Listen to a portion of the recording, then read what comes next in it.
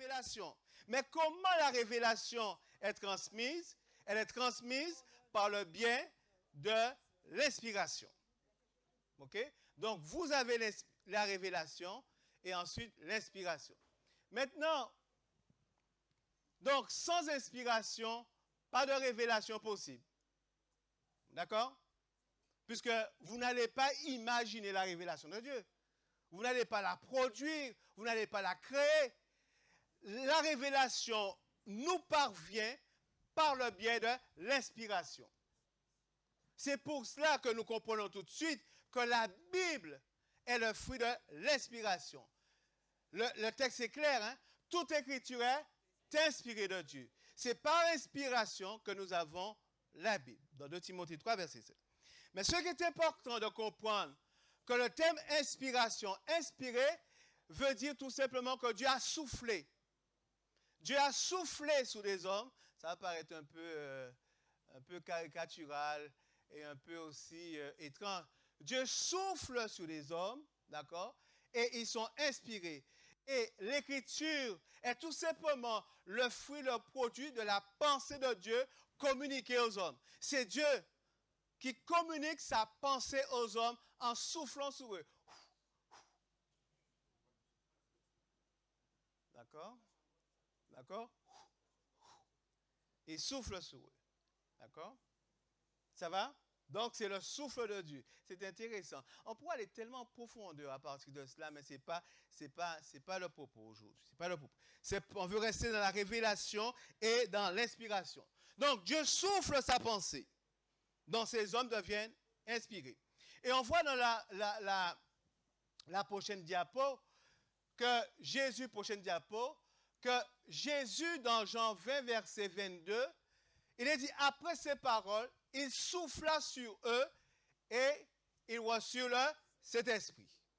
Donc, vous voyez bien que le thème inspiration, d'accord, implique, ok, la question implique que Dieu, je cherchais le terme qui m'est même venu en anglais, c'est pour ça que j'ai hésité un peu, d'accord, généré, voilà, d'accord, que Dieu souffle sur eux. Et ils reçoivent le Saint-Esprit, ils reçoivent la pensée de Dieu. C'est bien d'avoir à l'esprit la question de la pensée de Dieu. Maintenant, on va voir le mécanisme ensuite qui se passe. Prochaine diapo. Bien, donc les écrivains reçoivent la révélation, ils vont écrire la Bible, d'accord, ils vont écrire la Bible, et important, chose très importante et cruciale, c'est qu'ils sont inspirés. Dieu souffle sur eux. Dieu souffle sa pensée sur eux. Mais cependant, ce sont les mots des hommes. M-O-E-T-S. Okay, les mots des hommes, tout en restant la parole de Dieu. Hello. On va reprendre cela. Ce sont les mots des hommes. D'accord? Parce qu'ils vont écrire avec leurs propres mots. Okay, avec leurs propres mots, chaque auteur inspiré de la Bible va écrire avec ses propres mots. Mais parce qu'ils sont inspirés, cela devient la parole de Dieu. Parce qu'ils sont inspirés. Mais ce ne sont pas les mots de Dieu. Hello. Ce ne sont pas les mots de Dieu. Ce sont les mots des écrivains. D'accord? Ce sont les mots des écrivains. Après, je vous donne la possibilité de réagir, de poser des questions. D'accord? Mais c'est la parole de Dieu pour le salut. Et si nous n'avons pas cette parole-là, nous ne pouvons savoir ce qu'est le salut et comment nous sommes sauvés. C'est par la Bible que j'apprends comment je suis sauvé. Dieu se révèle à nous à travers sa Bible pour que nous puissions, sa parole, pour que nous puissions découvrir ce qu'est le salut à travers les mots des hommes qu'il a inspirés. C'est important de comprendre ça. Pour un peu démystifier aussi, quelque part, les écrits d'Ellen White. Yes. Yes. Bon, poursuivons. Ça, c'est autre chose. Poursuivons. Bien, prochaine diapo. Prochaine diapo. Maintenant, vous avez dans la Bible quelques exceptions, ou que c'est Dieu qui écrit, on est d'accord? Vous les connaissez tout comme moi. Les 10 commandements sont écrits du droit de Dieu. D'accord? On le sait. Nous avons dans la Bible aussi, dans Daniel, sur la muraille de Belshazzar, dans Daniel 5, versets 5 et 25, où il est écrit « Comptez, comptez, pesez, divisez ». La main de Dieu. Donc, on a deux exemples dans la parole de Dieu où il est dit que c'est la main de Dieu qui est écrit. À part ces exemples, nous savons que ce sont les mots des hommes, le vocabulaire des hommes. Bien, ça va? Ça va, très très bien. C'est intéressant par rapport à ce que nous allons avoir cet après-midi, tout ça, tu vois. Très intéressant par rapport à ce que nous allons voir cet après-midi. Juste pour vous donner un avant-goût de cet après-midi, parce que certaines personnes ont pensé que Hélène White était assise sur une chaise et que Dieu lui dictait ce qu'elle devait écrire. Mais l'inspiration, ce n'est pas ça. C'est la pensée qui est inspirée. C'est l'être qui est inspiré. Et la personne écrit avec son propre vocabulaire. Et on va le voir, autre diapo. OK? Nous avons le modèle avec Luc. Et c'est intéressant. On va lire Luc 1, verset 1 à 4. Quelqu'un peut lire Luc 1, verset 1 à 4 pour moi? Et nous allons découvrir encore un aspect de l'inspiration. Luc 1, verset 1 à 4. Quelqu'un peut lire pour moi? J'avais quelqu'un qui faisait passer le micro hier soir. La personne n'est pas partie. La personne a déserté. D'accord? Qui voulait lire pour moi le passage? Luc 1, verset 1 à 4. Luc 1, verset 1 à 4. Vas-y.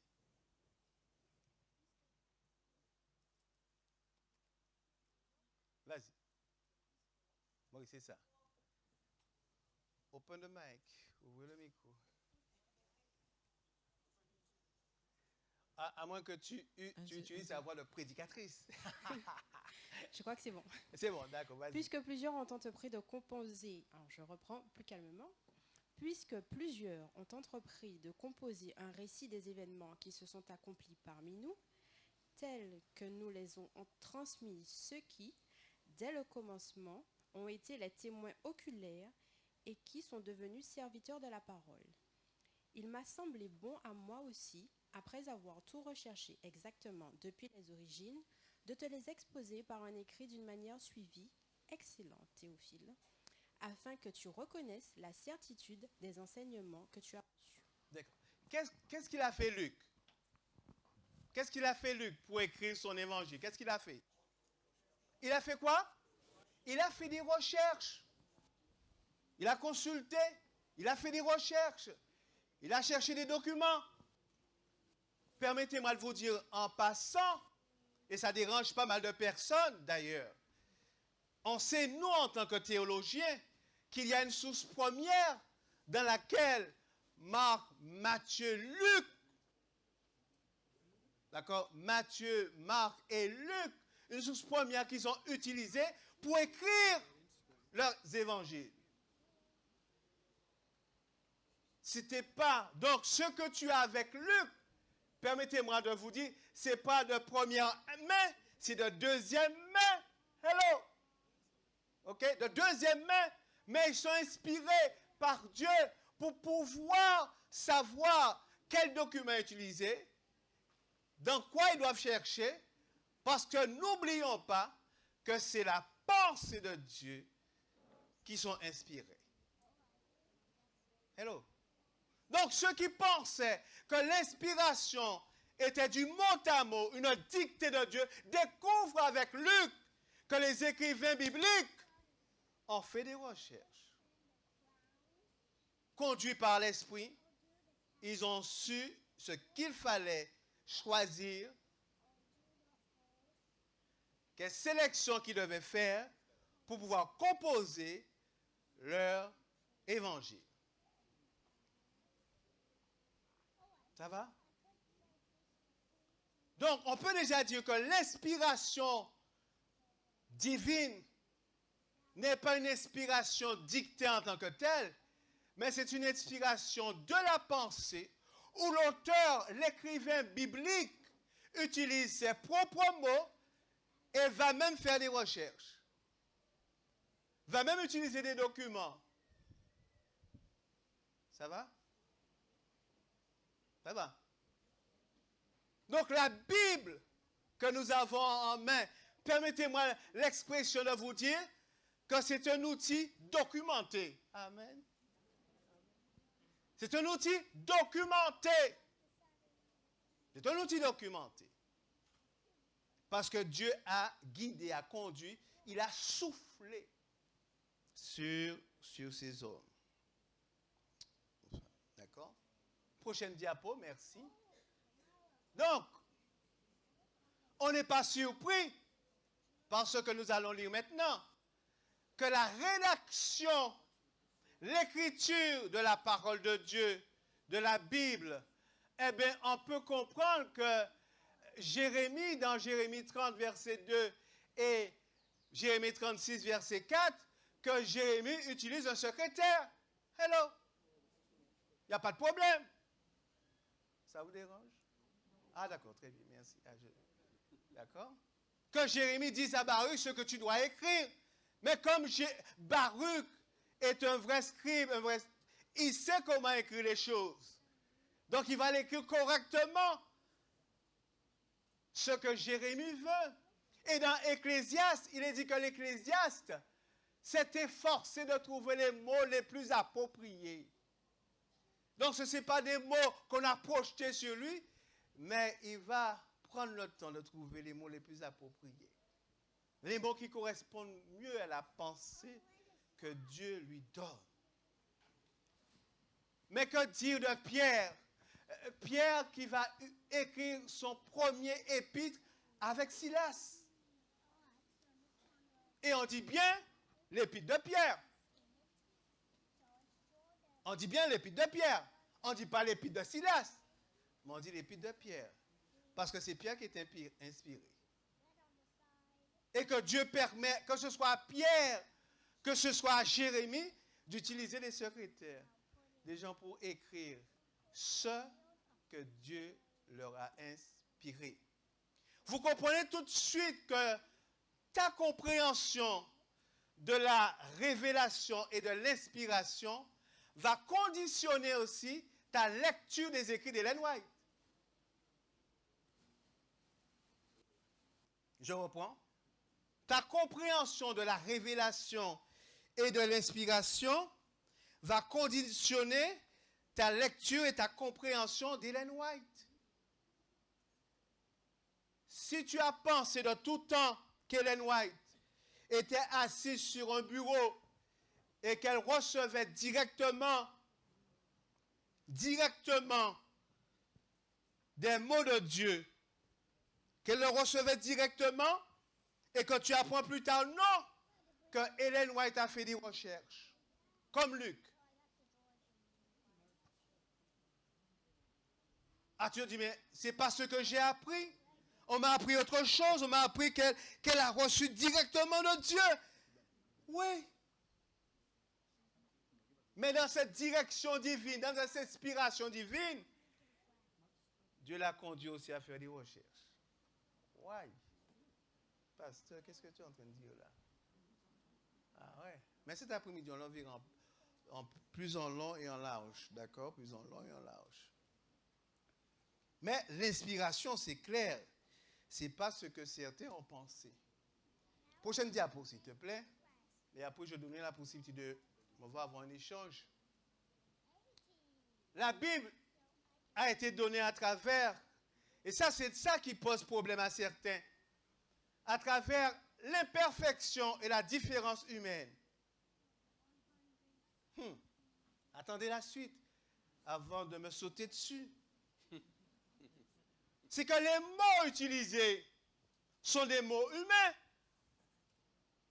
Et il n'y a aucun humain sur cette terre qui soit parfait. Donc, on est dans l'imperfection. Et c'est ce que je trouve formidable avec Dieu. On est dans l'imperfection divine. L'imperfection humaine, excusez-moi, l'imperfection humaine que Dieu utilise pour transmettre son message. Et dans la différence. C'est tellement, en fait, différent qu'on voit chaque écrivain à son style. D'accord? Si c'était véritablement Dieu qui dictait, on aurait trouvé un seul style, le style divin. Mais là, chers amis, on découvre dans les Saintes Écritures qu'il y a plusieurs styles. Le style de Marc, ce n'est pas le style de Matthieu. Le style de Luc, ce n'est pas le style de Jean. Le style de Jérémie, ce n'est pas le style d'Ésaïe. Tous écrivent dans leur propre style. Ça va? Dans l'imperfection humaine, dans la différence humaine, un Dieu qui utilise des hommes. Ce qui veut dire, avant de dire ce que je vais dire là maintenant, ce qui veut dire en d'autres termes, chers amis, ce qui veut dire que la Bible est la parole de Dieu, pas de souci. Mais je reconnais que tout ce qui est humain est imparfait. Vous allez reprendre cela. Vous allez reprendre cela. Sans équivoque, la Bible c'est la parole de Dieu. Sans équivoque. Mais cependant, je reconnais que tout ce qui est humain est imparfait. Ouais. Ouais. Mais vous voyez la grandeur et la bonté de l'Éternel qui utilise l'imperfection humaine pour transmettre son message de salut. Je dis Amen. Gloire à Dieu. Ah ouais, Amen, gloire à Dieu. Ah ouais. Amen, gloire à Dieu. Ouais. Donc, la Bible n'est pas donnée dans un langage surhumain, ni dans un langage céleste. Hello? Cependant, elle représente la volonté et le message infaillible de Dieu pour le salut et l'histoire du salut. Vous êtes d'accord ou pas? Vous êtes d'accord? C'est bien. Eh bien, c'est magnifique. C'est magnifique. Ça prépare notre rencontre de cet après-midi. C'est magnifique. Puisque tout ce qu'on voit là maintenant, on va l'appliquer à Ellen White. Hein? Tout ce qu'on voit là maintenant, on va l'appliquer à Ellen White. Parce que si elle est inspirée, comme les autres prophètes, comme les écrivains de la Bible, elle se trouve dans la même situation que les autres écrivains de la Bible. On est d'accord? D'accord. Ok. Très bien. All right. Poursuivons. Prochaine diapo. Donc, par conséquent, la Bible est contre, n'enseigne pas l'inspiration verbale et le texte infaillible. La Bible n'est pas le produit de l'inspiration verbale, l'inspiration mot à mot par Dieu. Elle est le produit de l'inspiration de l'individu, l'inspiration de la pensée de Dieu à l'individu, et tout texte écrit par un homme n'est pas un texte infaillible. Ouais. Alors, j'aimerais dire entre parenthèses que j'ai proposé à l'Église hier soir un processus par rapport à la question de l'esprit de prophétie, parce que je voulais aller en profondeur avec l'Église si elle le souhaite. Lorsque nous aurons fini cette première étape de présentation de séminaire, je voudrais proposer une deuxième étape au cours de laquelle je voudrais inviter l'Église à lire 3 livres. Le livre Jésus-Christ, le livre Vers Jésus et le livre Tragédie des siècles. Quand vous aurez lu ces 3 livres-là, le pasteur, je reviendrai et on va faire une étude de ces textes-là. On fera une critique textuelle de ces textes-là. D'accord? Parce qu'il y a beaucoup de choses qui circulent, qui sont dites, etc., etc. Donc, on fera une étude critique textuelle du texte, des livres qu'elle a écrits, au moins de ces 3 livres-là. OK? Et ensuite, je proposerai aussi que plus tard, on fasse aussi une présentation sur les questions de santé et d'éducation abordées par Ellen White. OK? Ce serait et la dernière étape, c'est de, je peux le dire haut et fort, je n'ai pas peur de le dire, c'est que d'étudier comment la Bible nous est parvenue, comment le texte biblique que nous avons aujourd'hui, comment il nous est parvenu. Et peut-être, certains d'entre vous diraient, waouh, eh bien c'est vraiment une question de foi.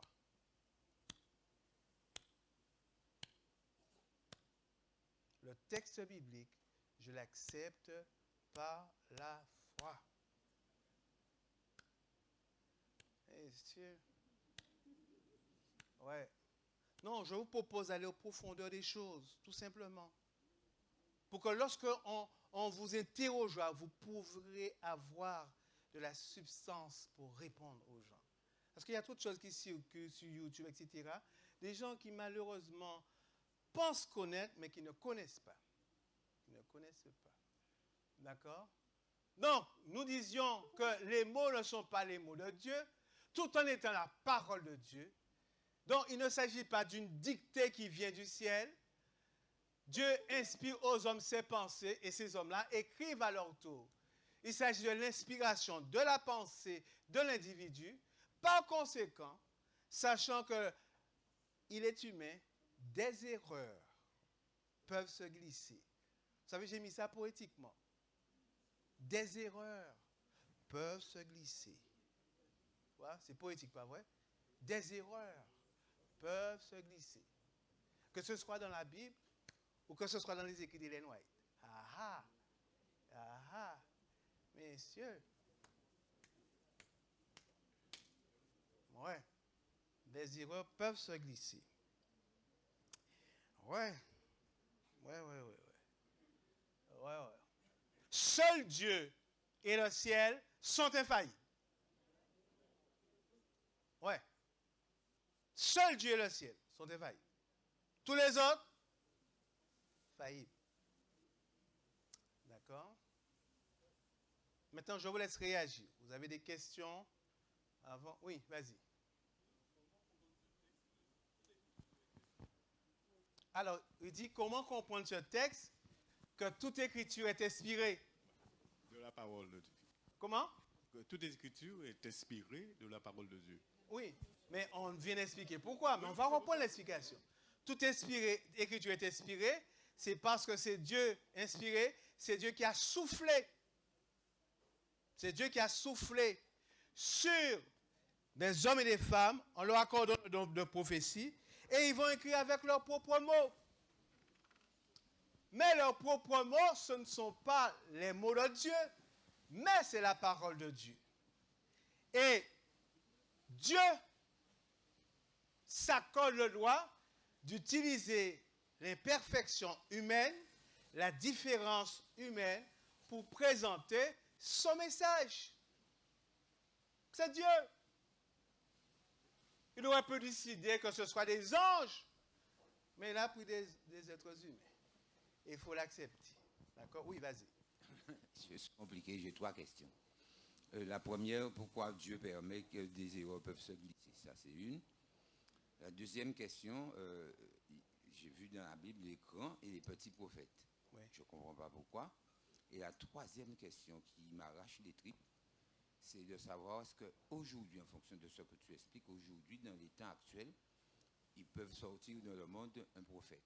Il peut sortir dans le monde? Oui. Enfin, non, pas... Oui, il peut y avoir un prophète de nos jours. Oui. Alors, je pense que tu entends par le monde. Tu veux dire... La terre. Tu veux dire à notre époque?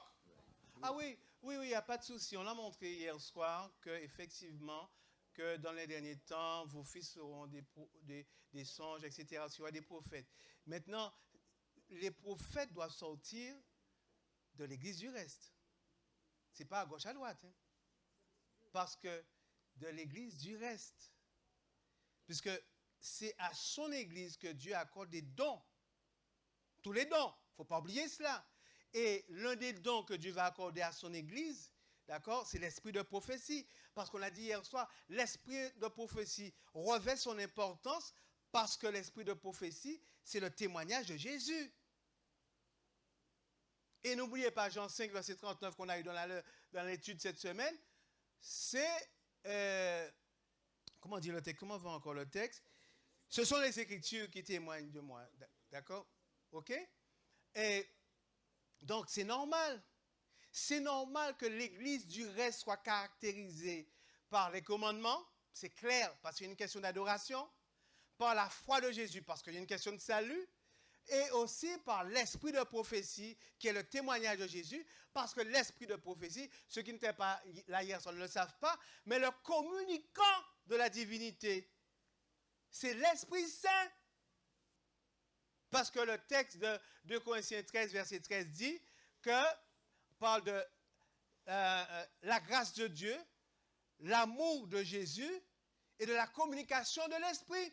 Dans la divinité, celui qui a la responsabilité de la communication, c'est l'Esprit Saint. C'est pour ça qu'on l'appelle l'Esprit de prophétie. C'est poussé, 2 Pierre 1, verset 21, c'est poussé par l'Esprit, par le Saint-Esprit, que les hommes ont parlé de la part de Dieu. Celui qui est l'agent chargé de s'assurer que la communication passe, c'est Dieu. Et tu as une question que tu as posée. La première question. Les erreurs. Pourquoi Dieu permet les erreurs? Parce que nous sommes des êtres humains. Ah ouais? Ouais. Parce que nous sommes des êtres humains. Alors laissez-moi vous dire une chose. Peut-être que vous n'avez pas encore accepté votre humanité. Vous n'avez peut-être pas encore accepté votre humanité. Vous pouvez miroiter tout ce que vous voulez. Miroiter. Miroiter tout ce que vous voulez. Miroiter. Mais les erreurs font partie de mon imperfection. Et moi, je remercie l'État qui accepte maintenant qu'on a le droit à l'erreur. L'État reconnaît, tu as le droit à l'erreur. Mais on a le droit à l'erreur, parce que Dieu le sait. Mais attends la suite du discours. Mais cela n'entache en rien la portée, la force du message divin. Vous vous rendez compte? La portée et la force du message divin. Parce que la parole commence avec l'Esprit Saint, elle se poursuit avec l'Esprit Saint. Elle continue avec l'Esprit Saint. Ouais. Elle continue avec l'Esprit Saint.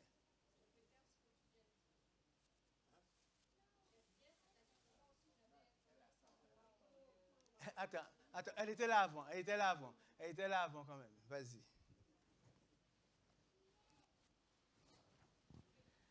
Non, c'est-à-dire que tu viens de répondre à la question que je me posais comme le frère sur les erreurs. Ouais. Parce que Dieu ne... Même si... bon, bien sûr, l'homme a été inspiré, mais je me suis dit que dans l'absolu, tu as des erreurs acceptables et pas acceptables aux yeux de Dieu. Parce que ce qu'il doit véhiculer, c'est quand même la vérité. Tu vois? Moi, ce que je trouve dans le côté erreur et imperfection humaine, ça va très loin finalement. Parce que, bon, nous, on est dans le cadre de notre mouvement adventiste, c'est-à-dire on est quand même, pour moi, dans la vérité de l'évangile de Christ. Mais tu as d'autres confessions religieuses, et je me souviens très bien que j'avais acheté, parce que j'aimais bien la version Louis II, qui pour moi véhiculait le mieux la parole d'origine, enfin première. Et je suis tombée sur une Bible avec une interprétation pentecôtiste.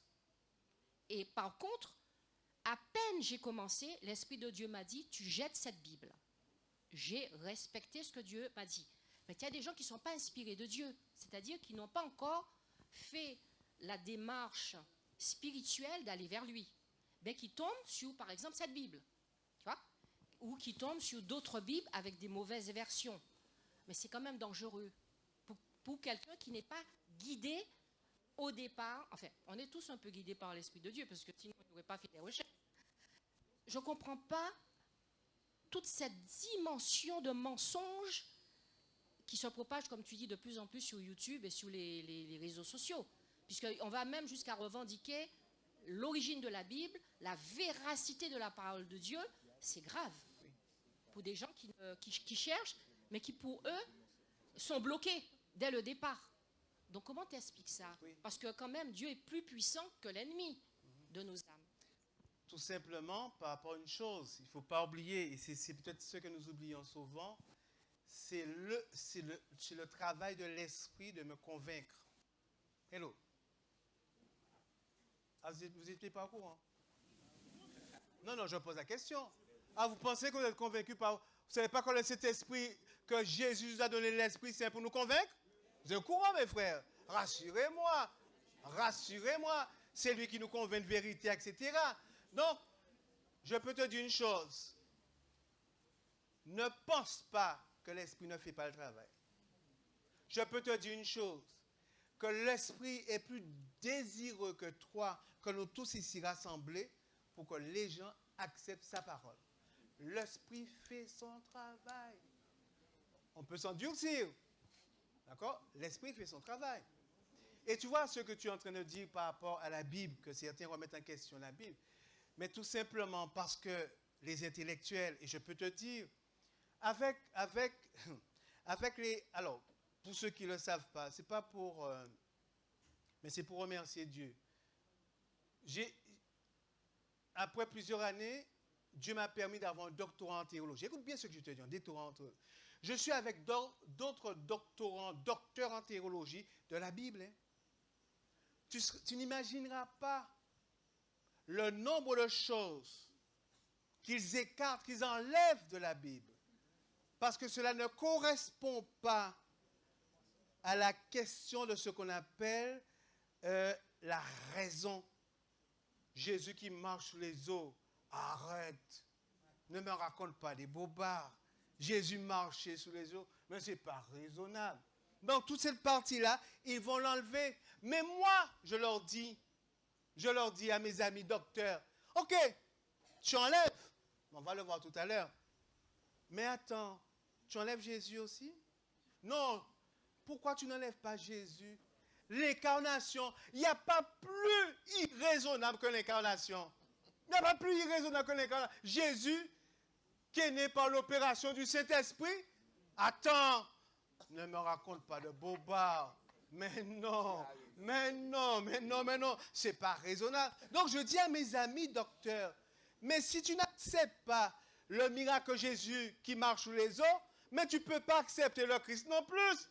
Parce que sa naissance même est une naissance miraculeuse. Ça n'a pas de sens. Et comme ce sont des gens férus en philosophie, mais je leur dis, mais même en philosophie, en théologie, d'accord, en philosophie, ça n'a pas de sens non plus. Parce que le Dieu qui vient avoir des enfants avec des humains. Donc, vous voyez un peu comment les choses se passent. Mais tout dépend de ta compréhension de la révélation et de l'inspiration. Si tu penses que l'inspiration ira toujours dans ton sens raisonnable, eh bien non. Parce que c'est l'Esprit Saint qui décide. C'est pas toi, c'est pas moi, et c'est pas toi. Vas-y. Oui, la question sur hier soir, tu as bien expliqué c'est quoi un prophète à long et à large et aussi le test de prophète. Et là, aujourd'hui, tu nous expliques que voilà, certaines ont été inspirées, d'accord, certaines qui ont écrit la Bible ont été inspirées. Bon, par l'inspiration, il y a aussi des prophètes. Donc moi, la question que je me pose, Ellen G. White, est-ce qu'elle a été simplement inspirée ou elle a été vraiment, véritablement un prophète? Ah, ok. Est-ce qu'elle a le don de prophétie? D'accord. Ok. Est-ce qu'elle a le don de prophétie? Nous rappelons que le prophète est celui qui est en communication directe avec Dieu parce que Dieu, ok, Dieu ne peut pas communiquer directement avec nous à cause du péché qui nous sépare de lui. C'est pour ça qu'il y a les prophètes, hein, c'est pour ça qu'il y a le don de prophétie. N'oublions pas, hein, c'est toujours une question de communication, communiquer le message de Dieu. C'est pour ça que Moïse aussi est un prophète, comme le dit la parole de Dieu. Donc, l'idée, c'est que Ellen White a reçu des messages directement de Dieu par le biais de l'inspiration. Maintenant, comment je peux le savoir? Dites-moi, comment je peux le savoir? Elle a dit oui, mais comment je peux le savoir? En comparant avec la parole, oui. Donc, quand tu compares avec la parole, qu'est-ce que tu as déjà fait au préalable? Mais qu'est-ce que tu as fait au préalable si tu compares avec la parole? Qu'est-ce que tu as fait au préalable? Oui, mais avant les recherches, qu'est-ce que tu as fait au préalable? Tu as commencé par prier. Oui, oui, d'accord. Mais qu'est-ce que tu as fait au préalable? Voilà, même. Voilà. Tu commences par lire ses écrits. C'est la première. Comment peux-tu savoir que la Bible est véritablement la parole de Dieu? D'accord? Il faut que tu lises la parole. Tu as aujourd'hui, je ne vais même pas vous donner les statistiques aujourd'hui, quand on ne lit plus les écrits d'Ellen White, mais on va lire tout ce qu'on dit sur elle. Mais toi, prends le temps de... C'est pour ça que je vous propose qu'on puisse rentrer dans une démarche de lecture des écrits d'Ellen White. Et maintenant, à partir des écrits, on va voir les parallèles, on va voir les comparaisons, on va voir on va faire des recherches pour qu'on puisse véritablement asseoir nos convictions. Mais si tu ne lis pas, comment peux-tu savoir? Parce que j'entendais, je me dis, oui, voilà ce qu'elle dit. Tu es sûr que c'est ce qu'elle dit? Tu l'as lu? Non, on m'a rapporté. Oui, non, mais lis. Et il y a une manière de lire. Alors, ce que je trouve intéressant, c'est que tout le monde dit il faut lire dans le contexte, la Bible. Il y a un contexte biblique. Lorsque tu commences à leur dire qu'il y a un contexte pour Ellen White, on ne voit plus personne. Il y a un contexte aussi. De toute manière, tout texte naît toujours d'un contexte. Oui, prochaine question, vas-y. Alors, j'ai plusieurs questions. La première, ce serait de savoir, quand on lit la Bible, quelles sont les erreurs ou les choses comment distinguer ce qui est profondément de Dieu et qui est bien retransmis et ce qui est ajouté ou qui est mal retransmis? Ça, c'était la première question. Alors, je peux répondre déjà à la première? D'accord. Mal retransmis, parce qu'il y a des erreurs, parce qu'il y a l'humanité de l'homme qui transparaît dans la parole de Dieu. C'est ça votre problème. Laissez-moi vous dire une chose. Je reprends ce que j'ai dit. C'est la parole infaillible de Dieu en ce qui concerne le salut. Les erreurs qui se sont glissées n'impactent pas du tout le message. N'impactent pas le message. Mais certains vont grossir les erreurs. Par exemple, on va te dire, oui, Moïse a écrit les 10 commandements. Ouais, mais quand je remarque avec la culture environnante, il y avait aussi des commandements, etc. Est-ce que quelque part Moïse n'a pas s'est pas inspiré plutôt de ces personnes-là pour écrire? Qui me dit que c'est vraiment les 10 commandements de Dieu? Parce que laissez-moi vous dire une chose, c'est que Dieu ne va pas enlever tous les doutes pour que vous et moi nous croyions. Il y a une question. Ah oui, il faut terminer. Ah d'accord. Mais attends, mais Freddy, tu as un réveil là qui est à 10 heures. Ah, il ne fonctionne pas? Mais si maintenant vous me dites que le réveil ne fonctionne pas, Mais je ne savais pas qu'il fonctionnait. Moi, non, sincèrement, je regarde le réveil. Et je me dis, et je suis en train de me dire, attends, mais il ne bouge pas le réveil. Hein. Il est stable là. Je le regarde depuis un moment. D'accord? Mais comme je suis dans l'élan, tu vois, je ne sais pas, d'accord. Okay. Il ne faut pas que les erreurs qui se sont glissées rapidement, 5 minutes. Ok, attends. On va prendre, d'accord, une deuxième question pour leur donner la possibilité de poser la question. La question la plus importante pour toi, vas-y. Alors, ma question la plus importante et qui peut-être choquerait, si Ellen White a écrit, comme elle a été inspirée de Dieu, comme les auteurs de la Bible, si on doit aujourd'hui rééditer la Bible, on devrait rajouter un 67e livre, du moins. Est-ce qu'on peut rajouter tous les livres d'Ellen White ou une partie à cette Bible, puisqu'elle a été inspirée comme les auteurs qu'on connaît? Alors, on va se référer à ce que le prophète dit, parce qu'il est inspiré. Le prophète dit, Ellen White dit, c'est « Je suis la petite lumière qui conduit à la grande lumière ». Donc, n'ajoutez pas sur la Bible, sachez que c'est la petite lumière qui conduit à la grande lumière. Oui, vas-y, rapidement, une Pasteur, question. je voudrais juste appuyer ce que tu dis. Alors, quand tu utilises le mot « erreur » ou « imperfection », par des formations professionnelles de ce que je suis, en linguistique, je peux prendre 2 exemples de la Bible. Quand Jésus va se rapprocher de Nicodème, il va lui dire quelque chose de totalement céleste. Hein, il faut naître de nouveau. Et lui, il lui répond, est-ce que quelqu'un peut rentrer dans le sein de sa mère et naître? Chers amis, l'Ancien Testament a été écrit en hébreu. Les Hébreux avaient une forte consonance culturelle. Donc quand vous voyez les termes qu'ils utilisaient énormément un lexique qui avait trait à la culture et à la manière dont les gens devaient vivre. Le Nouveau Testament a été écrit en grec.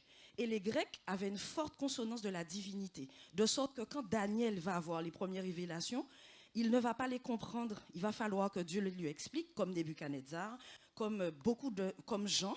Il va voir un certain nombre de choses, comme Ézéchiel, qui va recevoir de vraies révélations, mais il ne va pas les comprendre. Il leur faudra une clé. Donc si Dieu nous parle, je pense qu'il faut une clé. Et quand tu dis qu'il y a des erreurs, je n'aurais peut-être pas utilisé ce mot. Je dirais que notre langage en linguistique est vraiment contraint. C'est-à-dire qu'il y a même des mots qui n'existaient pas dans la langue grecque. Donc on ne pouvait pas les écrire, comme aussi dans l'hébreu. Est-ce que c'est plus clair? De sorte que si dans ma langue il n'existe pas certains mots et que Dieu me donne une inspiration, comment je vais la traduire? Je vais la traduire avec les mots que je connais. Donc ça donne les roues avec les yeux, avec les trucs. C'est ce qu'il a vu. Il n'a pu écrire que ce qu'il pouvait écrire avec la limite de sa langue. C'est un peu plus clair. Oh, j'ai le micro, sorry. Juste pour dire, j'endosse ce que tu dis, mais cependant, nous en théologie, on accepte que ce sont des erreurs. On ne va pas tergiverser. Parce que lorsque je viendrai avec vous sur les écrits d'Ellen White et que je vous montrerai quelques erreurs,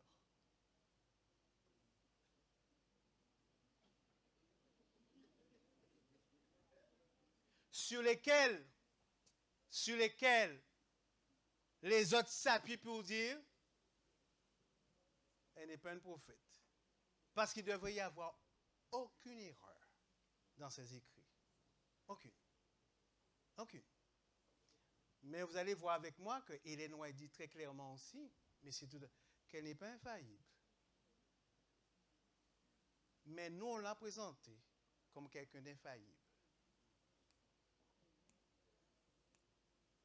On l'a présenté comme quelqu'un d'infaillible.